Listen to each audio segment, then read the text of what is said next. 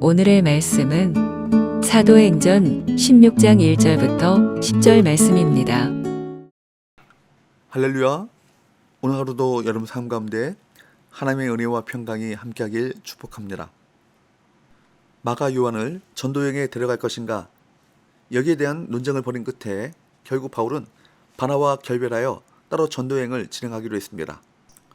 이제 사도행전에 우리라고 하는 표현이 나오는데, 바울의 새로운 동역자로 바울의 전도여행에 사도행전의 저자 누가가 합류했음을 알게 합니다.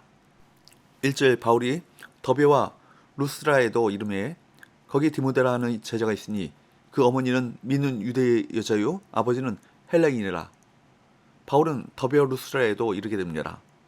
더베와 루스라는 바울로서는 잊을 수 없는 기적의 도시입니다. 남에서부터 못 걷게 된 사람을 고쳐주었고, 안디옥과 이고니온에서 유대인들이 무리를 충동해 바울을 쳐서 죽을 뻔했지만 다시 살아났던 경험을 했던 곳입니다. 바울은 바로 그 루스라로 다시 갔고 그곳에서 디모데를 만났습니다. 누가는 사도행전에서 처음 언급하는 디모데에 관한 중요한 정보 몇 가지를 제공하고 있습니다. 1절을 보면 그는 제자였고, 2절에 보면 루스라와 이고니온 교회에서 칭찬받는 사람이었습니다. 그의 모친 유니게는 유대인 신자였고 부친은 헬라인이었습니다. 그렇다면 디모데는 유대인일까요? 랍비 문헌 미슈나에 따르면 유대인의 정체성은 모계를 따릅니다. 즉 어머니가 유대인이면 유대인으로 간주됩니다. 그는 유대인과 헬라인의 피가 흐르고 있었기 때문에 유대인과 이방인의 장벽을 뛰어넘어 복음을 전하기에 적합한 사역자였습니다. 그런데 3절에 보면 바울은 지금까지 누구에게도 할례를 강조하지 않았음에도 불구하고 디모데에게는 할례를 행했습니다. 이는 디모데가 유대인의 회당에서 적극적으로 활동할 수 있도록 하기 위한 배려였던 것이죠. 바울은 어느 도시에나 들어가면 먼저 유대인들의 회당을 찾고 거기서 복음을 전했습니다. 그런데 디모데가 할례를 받지 않았을 경우 유대인들의 마음이 다치게 해서 복음을 전하는데 걸림돌이 될 수 있었습니다. 그렇기 때문에 바울은 디모데가 헬라인 아버지를 두어 헬라인들 가운데 들어가기에 유리하다는 조건을 10분 활용하는 동시에 유대인들 사이에도 거리낌 없이 들어갈 수 있는 그런 조건으로 할례를 행한 것입니다. 디모데의 입장에서는 할례를 받기로 하는 것이 결코 쉬운 결정은 아니었을 것입니다. 그럼에도 그는 복음을 전하기 위해 기꺼이 유대인에게는 유대인으로, 헬라인에게는 헬라인으로 다가가기를 주저하지 않았습니다. 4절과 5절 말씀에 보면 하나님께서는 이런 사역자를 통해 교회를 강하게 하시고 믿는 자의 수를 더욱더 늘어나도록 하셨습니다. 이처럼 자신을 부인하고 복음을 전파하기 위해 헌신한 자들에게 주님의 능력이 임할 것입니다. 바울은 아시아에서 말씀을 전하려 했지만 성령께서 막으셨습니다. 이미 우리가 살펴본 바 있는 사도행전 15장 36절 말씀에 따르면 바울은 원래 1차 전도여행 때 방문했던 각 성읍을 다시 방문하기로 결정했습니다. 그래서 바울은 다시 아시아의 더베와 루스라를 찾았던 것입니다. 그곳은 바울의 고향 길리기아 다소와 가까웠기 때문에 바울에게 익숙한 지역이었습니다. 그런데 성령께서는 바울을 아시아가 아니라 다른 곳으로 인도하시기를 원하셨습니다.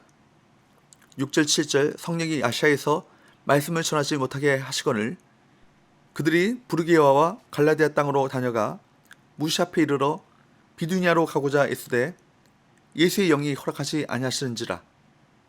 성령께서는 바울이 아시아에 머무는 것을 막으시고 부르기아, 갈라디아, 무시아, 비두니아 등으로 돌아다니도록 하십니다.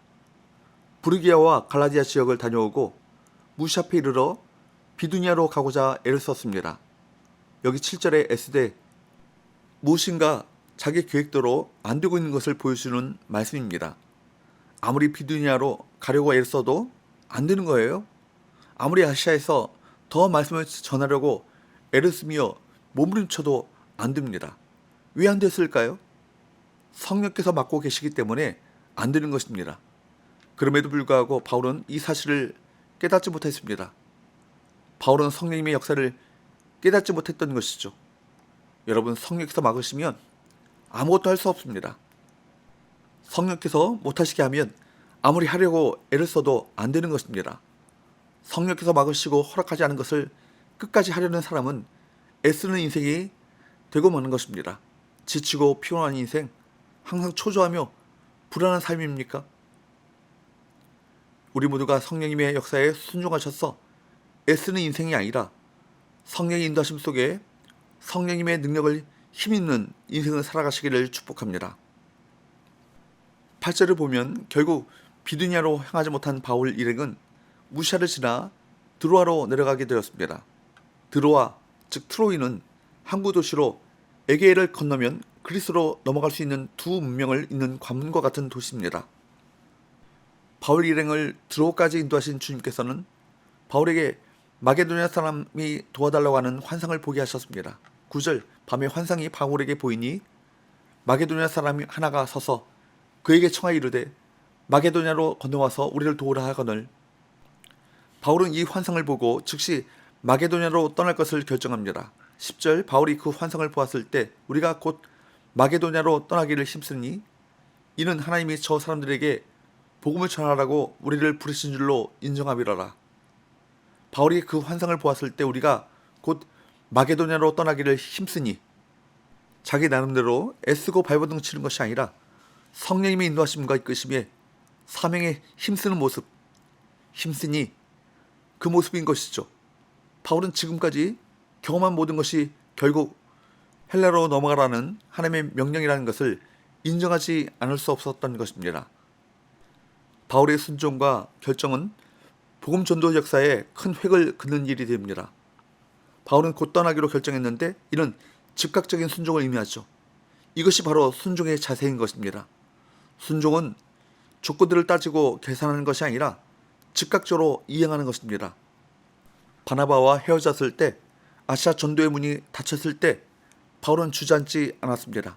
오히려 적극적으로 새로운 동역자를 얻기 위해 힘썼고 기도하며 성령의 인도하심을 받았고 환상을 통해 하나님의 뜻을 알게 되자 즉시 즉각적으로 순종했습니다. 때로 우리 막힘이 오히려 하나님의 열림이 되는 것입니다. 새로운 만남, 새로운 뜻, 새로운 길을 통해 인도하시는 하나님을 신뢰하고 순종하시기를 주님으로 축복합니다. 기도합시다. 하나님 아버지, 우리의 기준을 고집했던 교만함과 무지함을 용서하여 주옵시고 성령의 인도하심에 민감하게 반응하고 그 이끄심에 순종하는 발걸음을 걷게 하여 주옵소서. 예수의 걸어가시 이름으로 기도하옵나이다. 아멘.